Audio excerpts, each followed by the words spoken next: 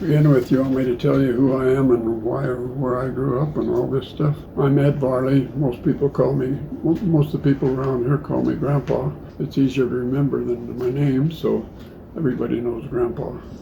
So that's what all the kids, all the young people, everybody's a kid when you're 85 years old. I grew up in Bitter Creek from the time I was born till 1954, when I graduated from high school and went off into the world to seek a job. I moved to Point of Rocks, that's where I am now, and I moved halfway uptown. I didn't make it all the way to Rock Springs. I just made it to Point of Rocks, which is halfway between Bitter Creek and Rock Springs. So I've been in the area for 85 years, except for the 2.5 years that I went away to school. And this was always home. Have I written any books? I wrote this one, and it's a good seller. It's supposed to be for GPS readings, not for Grandpa's stories, but that's what it turned out to be, as Grandpa's stories. And then I have one that's called Bitter Creek Kid, which is autobiography. The subject today is going to be on Bitter Creek. Why is Bitter Creek there, and when was it there? I believe that when the railroad came through here with the survey crew, they found a green spot at Bitter Creek. Water. Every place any place has water, has to have water. Bitter Creek was the green spot. The railroad eventually drilled 2 wells there, and they produced water for the steam engines, which was very important way back when. The reason Bitter Creek is where it is because it's the bottom of the Tipton Hill, which is the rim of the Continental Divide Basin. The Continental Divide Basin is a big area that the water don't run into the Atlantic Ocean, it don't run into the Pacific Ocean. Any rain and snow that falls there either goes in the ground or evaporates. That means that from Bitter Creek to Tipton, which is about 35 miles away apart, it's all uphill from Bitter Creek to Tipton. So when the steam engines came into Bitter Creek from the west headed east, they had to have water and coal to go up the hill. And that's why Bitter Creek's where it is. It's the bottom of the hill. And so it was very important to the railroad, and we've got different pictures of Bitter Creek with the water tanks on the west end of town, in the middle of town, and where it was and still is today. You can see where the old water tanks are. In fact, that's all that's left of Bitter Creek is the water tank, the softener tank, which is the small black one, and the base of a water tank that was built during World War II when they needed more water because they had a lot more trains running for the World War II. They had the troop trains and the equipment trains and whatever. So they needed lots of water. So water was very important. The railroad was very important at Bitter Creek, and it was the founding thing that made Bitter Creek. Eventually they needed to have water to get up the hill from Bitter Creek to Tipton, which is all uphill to the Continental Divide rim. They had to have coal for power. Of course, they had to have sand for traction under the tires. All of those things came from Bitter Creek. They had a coal chute, they had a water softener plant, because if they didn't soften it, that hard water just stuck to the pipes and made it a maintenance problem. They had a depot in Bitter Creek, a pipeline maintainer, where they had water. They got water from clear down south at Antelope Springs, which is 15 miles south of Bitter Creek. That was all natural gravity flow. When they really needed water, have them turn on the pumps. The booster pump put the water into the tank, and it also ran on water motor at Bitter Creek. A water motor is the water runs through it and turns a paddle wheel mechanically so that it can stir up the lime and whatever that they put in the water to make it soft. And I thought that was quite ingenious, the fact that they didn't have to run a motor to do that. It was run by the water itself coming down, which was gravity. And then the coal chute, it had 3 bays under the Bitter Creek chute. 2 were eastbound because that's where they had to have lots of coal to head up that hill. And westbound was only 1 bay. The steam engines had come into that. And believe it or not, I'm old enough to have worked at the coal chute. One of my years between college classes was spent in the coal chute. I know kind of a funny story there was I was going out at night like any young kid did, and I was real tired. I had to be to work at 11 o'clock and work from 11 to 11 p.m. to conversion time. In other words, there was a lot of diesel engines running, but there was still some steam engines, so they had to have the coal chute operational. And I was laying there, sitting in there waiting for a steam engine to come in, and went to sleep. And a steam engine came in, and the train crew didn't know where to look for me. So they went to the depot, and the depot guy came down, and he knew right where I'd be. I was sleeping on the bench. There was 2 section crews at Bitter Creek. One went east and one went west. The section crew was maintenance on the railroad track, and they tamped ties. In other words, they put the gravel underneath the ties in low spots, tried to keep the track level. And in the wintertime, there was about 4 to 5 guys, four guys to a crew and a foreman. And in the summertime, when they could get a lot of work done, there was usually 8 guys and maybe a foreman and maybe just 7 guys and that foreman. But anyway, that was quite a few people living in Bitter Creek. We were in Bitter Creek before my dad owned the store, and it was a general merchandise store. We sold everything from groceries to, it had the post office in it, so that was important for everyone back then. Hardware, dry goods, pharmaceutical drugs. That store was my home for my first 6 years of my life because my siblings were all in school. I was raised in that store and mostly graduated from high school. The year I graduated from high school, I got another kind of cute story. I graduated and I was spending the summer hanging around the house in Bitter Creek, and one day Dad came home from the store and he says, "You're going to work in the morning."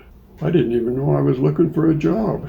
Working on a teleweld gang, that's what they call it. It was welding rail ends. When the rails were 41 foot long, and when the train wheels hit those cracks in between the rails, it pounded. And pretty soon the rails were flat there, and the tracks weren't very smooth because each wheel had to drop through. And if you ever rode the rails, you'd know it was a clickety-clack. That was the way the wheels hit the splices or joints in the rails. Anyway, my job on that teleweld gang was to grind the rail ends and make sure they were smooth after they welded them. Dad had the grocery store, and that's what everybody came for. They also came to drink beer there, but that was beside the point. Made more money on beer than he did on groceries. The store was my everything. I had a checkerboard and I had a United States puzzle. It was made up on this board, and I learned the names of the states and the capitals. And the other thing I had was a checkerboard, and anybody came in and wanted to play checkers.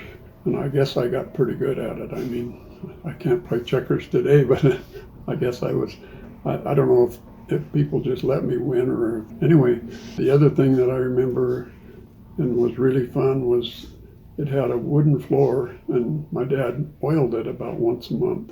In other words, keep the moisture from people's shoes walking in from harming the wood. So, but I had a tricycle in there, and when he did that, I just loved it because I'd get on that tricycle and I'd spin the wheels taking off and spin around. The chimney and the stove, old coal stove, were just about 4 feet apart. And I could do figure eights around there. We would go around the stove, around the chimney, and back around the stove, and just spinning the wheels all the way around and having a good time. The only time I remember, one time I just hit something sideways and it dumped me on the oily floor. Only bad experience that I can ever remember having. Anyway, that was my childhood years, and of course I started school in Bitter Creek in first grade, and it went to the 8th grade. There was 2 rooms at the schoolhouse. There was also a teach-reach, which was, they called it where the teachers lived. They had a upper class and lower class, 1st through 4 and 5 through 8. Everybody talks about a 1-room school. I'll tell you what, a 2-room school is bad because you have 4 classes for a teacher to teach, and it's hard to be in a classroom and not listen to what's going on in the room and do the studying that you're supposed to be doing after the teacher gives you an assignment. It don't sound like much, but it does. And when you're in the 1st, 2nd, and 3rd grades, you learn a lot from what the 4th grade kids are learning. But when it's the other way around, when you're in the 4th grade, you don't learn much from the 1st, 2nd, and 3rd. And I didn't get a very good education. Local guys sat around in the beer joint, the list of people that was available for teaching, and they wanted the prettiest school teachers. There was a lot of experiences there. I know one of the things I was in the 7th grade. I was a big kid for my age, and we had 2 Hispanic boys that were 8th graders, and they were on one team, and we played soccer ball during lunch hour and recesses. And I was on the other team with all the other kids. In other words, all of the lower classes and anybody that wanted to be on there. But I know those 2 big fellas that were on the other team, one would watch the goal and the other would be out in the middle of the field kicking the ball at each other with, we just had our shoes on, and my shins always had notches in them from getting kicked and whatever. But anyway, that was one of our big things, was play soccer ball. Had a merry-go-round. We used to push I could push it as fast as I could run, and then I'd stand there, and there was a bar there come by. There were 6 of them on the circle of the merry-go-round, and when a bar came up, I'd grab it and pull, and I could spin it so fast that most kids couldn't even stay on it. You'd go sliding out through the gravel before it was going so fast. And I know in the 7th grade, or maybe it was the 6th grade, there was 5 of us kids in that class, and we had workbooks. You'd read the story, which was 2 or 3 pages, and then you had to answer true and false questions. You had to answer multiple choice questions, and then you had to answer the fill in the blank questions. And I was a real slow reader, so I always had homework, and that made me behind. I hated it because I was the only one that had homework, because I had to do all the questions.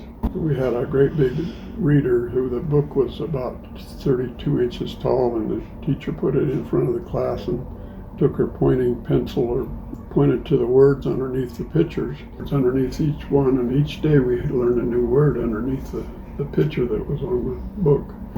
I learned piano lessons the same way. My mom decided I needed piano lessons in about the 7th or 8th grade.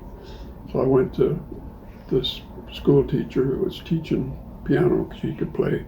I took these lessons, and the first 2 books I had, the song books, they had numbers underneath each note. Of course, 1, 2, 3, 4, 5, and I could play the piano with those numbers, but I could not read music. The notes could be anywhere. I didn't know where they were. And I found out I was wasting my time. That's how I learned to read, and that's how I play the piano, both. One of the biggest things, of course, the biggest to me was the Varley Mercantile was our store. And that was a big thing because that's where I spent so much time. One of the other big things, Bitter Creek, and especially in the early years, was a sheep raising country. And sheep were sheared and they were shipped out of Bitter Creek. In the fall, they shipped their lambs and some of their big sheep, older sheep, get rid of the old ones. The shearing in the spring was a big thing, and it was about 1915 or 16 that they built 2 shearing sheds. One was in Bitter Creek and one was at 6 Mile, or at Big Pond Stage Station.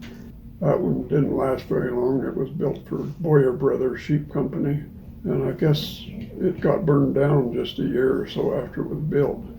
But the one in Bitter Creek was a big old thing. They both were, I guess, about the same size. I've got some research on that. They were designed after an Australian design, and they cost about $4,100 back in 1915, which is a lot of money back then.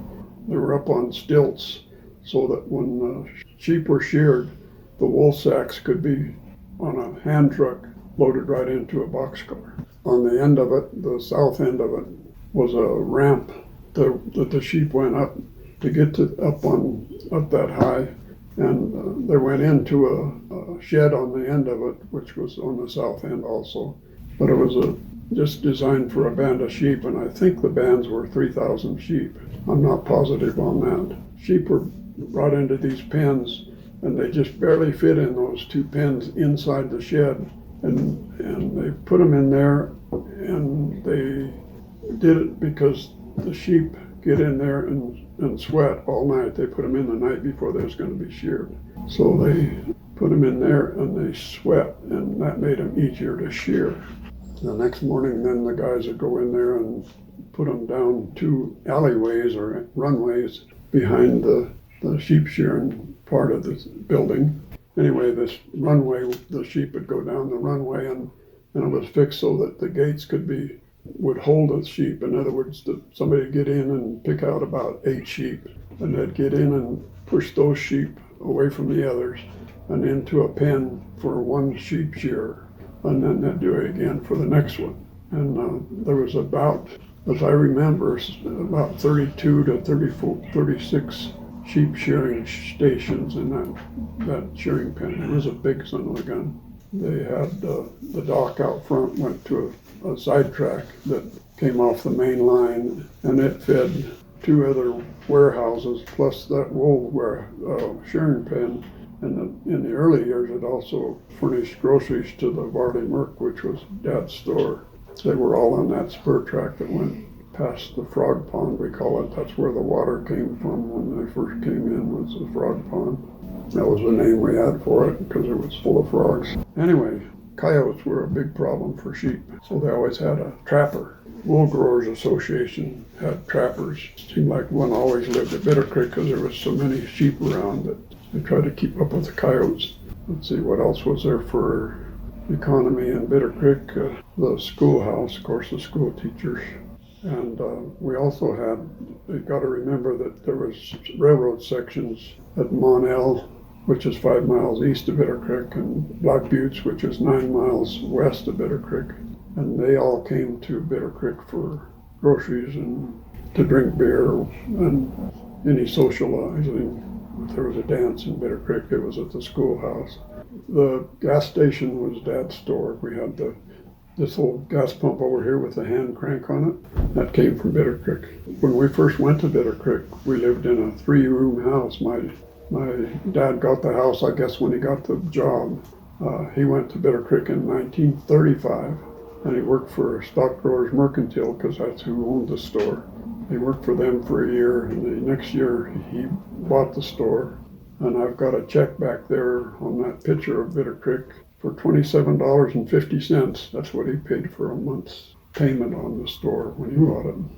Anyway, he bought the store, and we lived in that little 3-room house in the middle of town. And it was supposed to be a bedroom, a living room, and a kitchen. But with 4 kids, my 2 older sisters and my older brother, they lived in 1 bedroom.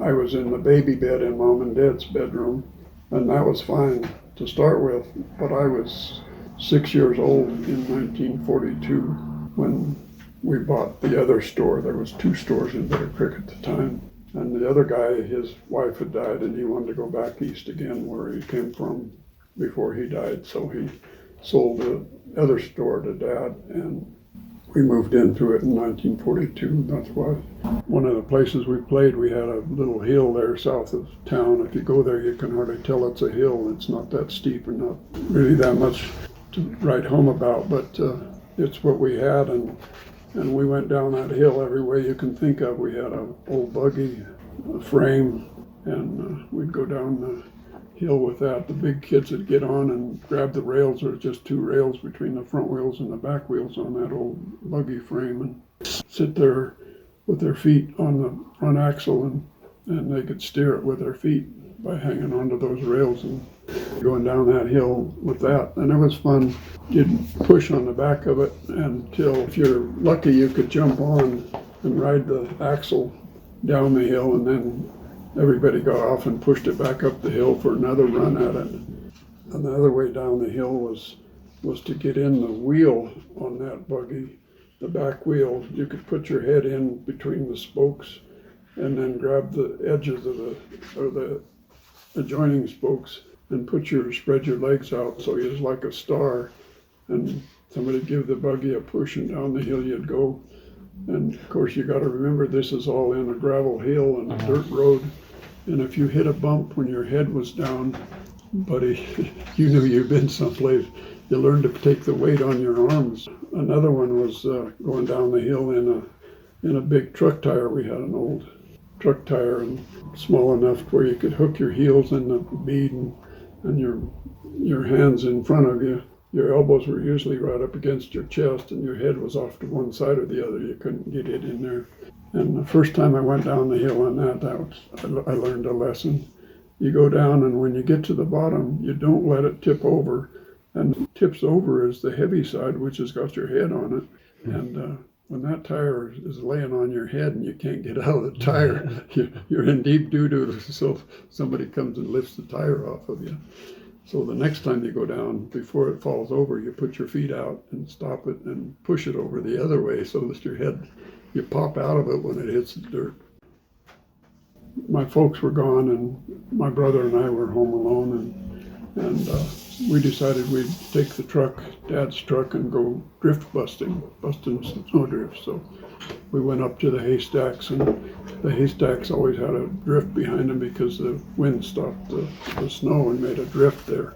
So we went through the first time, and we was about 20 feet away from the fence around the haystacks, and no snow blew up on the windshield. So my brother was driving, and so we made a circle and come back and got up closer to the fence and going like heck, and we hit that, and snow went clear up over the hood and onto the windshield, and all of a sudden we came to a stop. The snow was so deep that the tires were off the ground, and of course when we'd left the house, we'd left in a hurry, and I had my pajamas on and my slippers ready for bed. Mom and Dad were gone, so we had to walk home, which, you know what that does to a little kid. Your feet are frozen, your hands are cold, and about that time Mom and Dad come home, and we'd taken the truck without permission. Here it was stuck up on Haystack Hill. Anyway, the railroad changed the way the rails are put together. They're all ribbon rails, all welded together. And so they don't need railroad sections like they used to. They use gangs now. They come and level track or change track with machines, not like they did in the old days, all by hand. The railroad came in and tore down all the railroad buildings, including the depot in Bitter Creek. The Varley Merc, that was Dad's store, and in later years my brother ran the store, and they moved it to the house that we bought. But anyway, they moved it in there because the business had gone way down. The oil patch is pretty much drying up, and there wasn't much going on at Bitter Creek. Anyway, that's when two kids came in from Rock Springs. I don't know if they didn't like the Varleys or what it was, but they came in, and the same night they burned down the old store. Let's see what else. The railroad tore all the buildings down. After they didn't need the railroad sections, that was the last thing to go. They didn't need the steam, the water for the steam. They didn't need the coal for the coal chute, and all of that stuff, so it all got torn down. The stockyards in Bitter Creek, that's one I haven't talked about. The stockyards were 7 big corrals, 2 chutes. In other words, there was 2 places to load sheep or cows or horses, whatever was shipped out of there.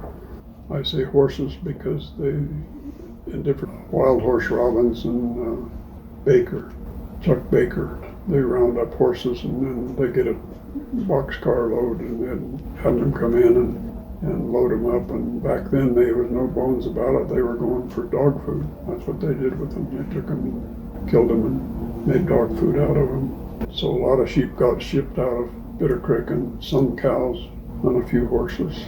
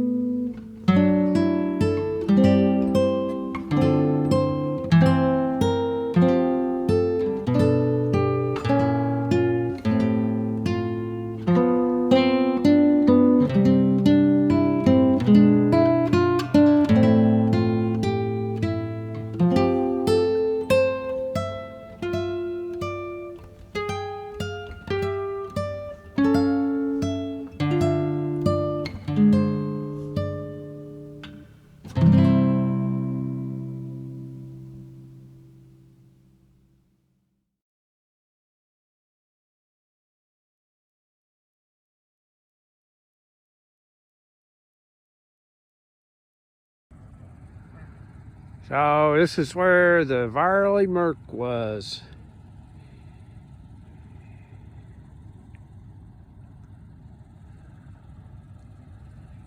Aiden and Ed.